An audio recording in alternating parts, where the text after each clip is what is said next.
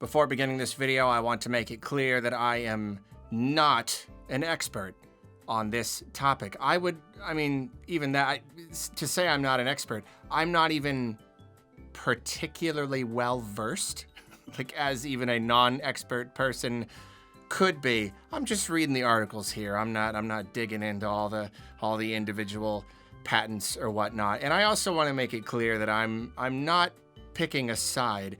It's really funny because the last time I did a video on this topic, I had lots of people in the comments being like, Arlo, I'm ashamed of you for going to bat for a multi-billion-dollar evil corporation like Nintendo. And then other comments who were just like, I can't believe that you would defend the actions of these copyright infringing ne'er-do-wells. I just, like, people so disappointed in me.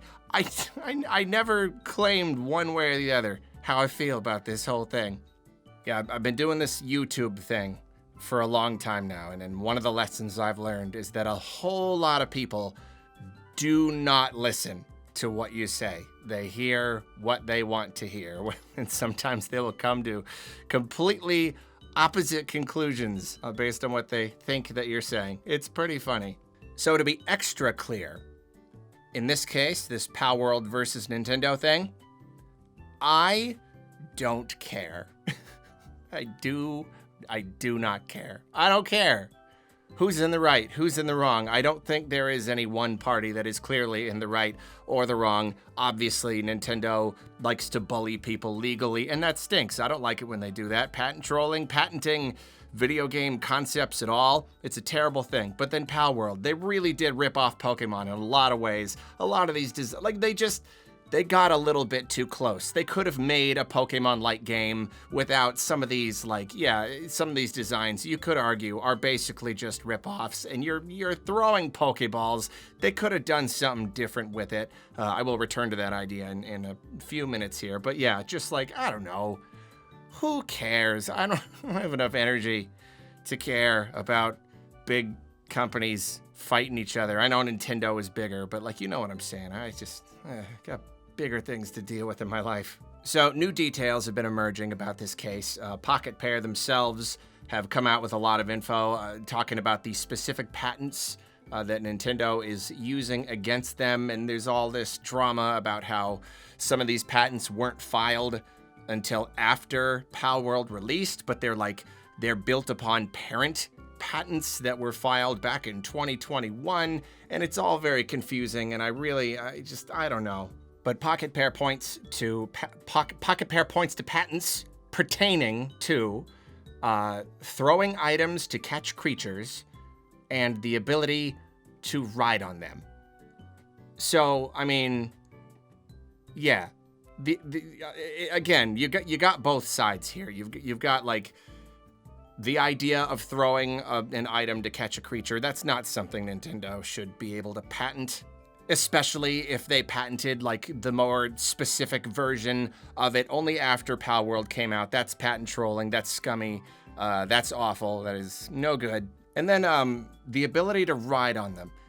I really don't understand this at all. The ability to ride on creatures that you've captured. I mean, I know I see a lot of people pointing to. There's a lot of video games how you can ride creatures, you can ride horses, but that's not really what this is saying. I think it's talking about the ability to ride on creatures that you have captured, and probably specifically through this capture system of throwing an item or something.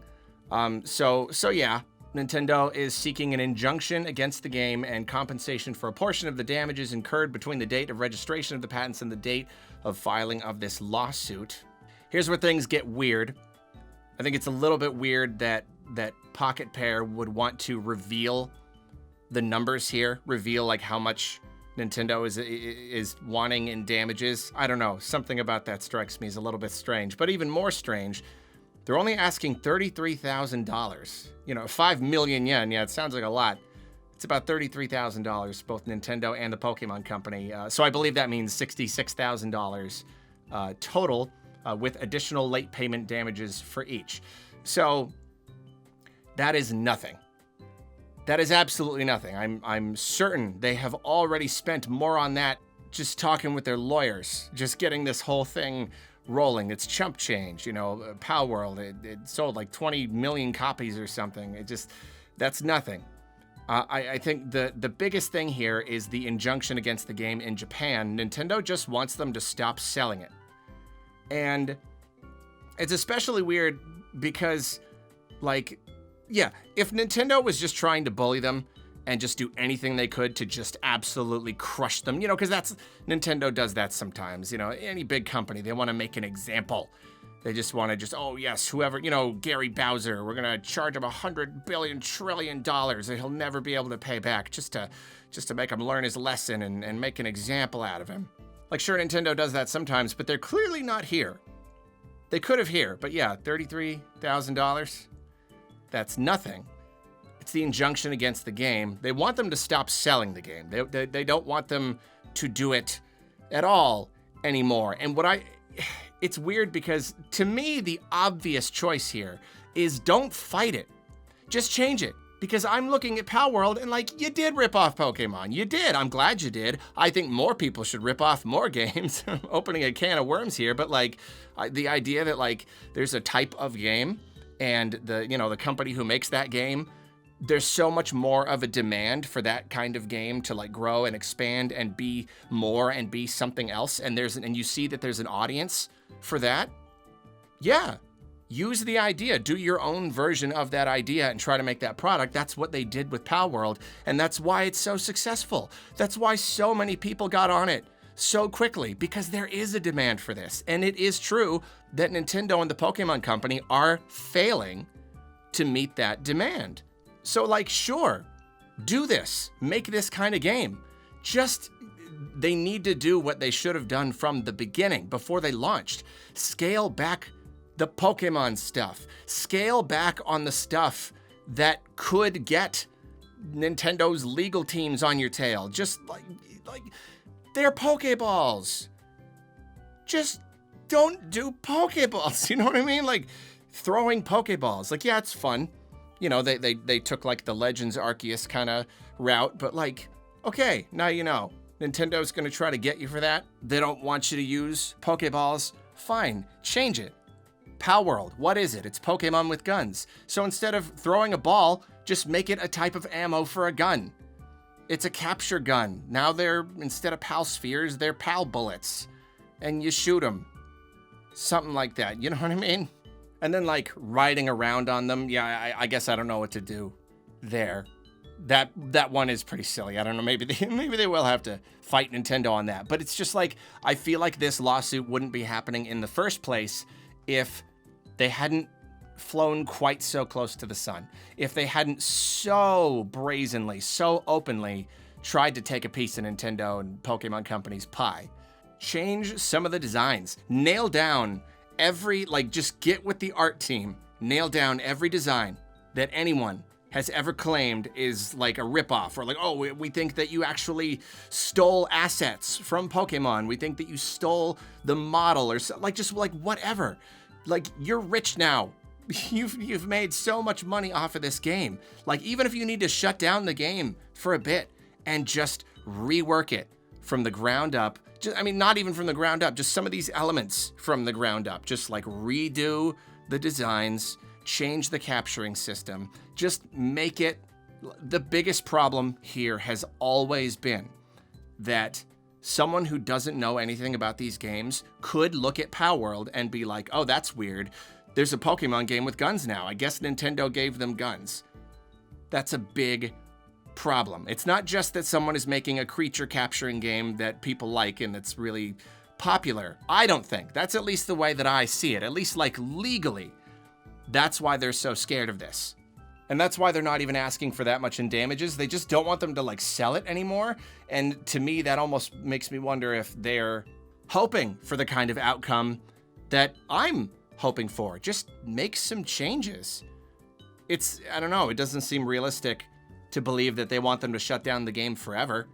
If they did that, then wouldn't they sue them for more? But again, I really don't know enough about all of this stuff. I don't really know. I don't really know anything, but there's another little piece of news about this. Recently, an analyst by the name of Florian Mueller, this person believes that this is a clear case of bullying on the part of Nintendo. Big company bullying a smaller one. They say Nintendo is a far older and larger company with extensive experience in patent prosecution and patent infringement litigation. He believes that Pocket Pair has not engaged in any kind of plagiarism, and that this is just an attempt to leverage the patent system against a smaller company and late entrant to the market. And yeah, maybe he's right. Like, totally. I mean, and I will say this again, like, to be clear, even though I'm trying to say that I'm not, like, taking really hard sides here, this whole patent thing, you can't patent video game ideas. That's a no-no. That's a non-starter. That is just not okay. That's not anything that anyone should do. No game mechanic should be patentable. So Nintendo is absolutely in the wrong on that part. I really just think it was silly for Pocket Pair to just make this so absurdly Pokemon-like. But now we're just getting into the whole entire thing. That's the update on the situation. We don't know how this is gonna go, and it could take years to resolve. And I don't know about you, but that sounds annoying. Wake me up when it's completely done, please.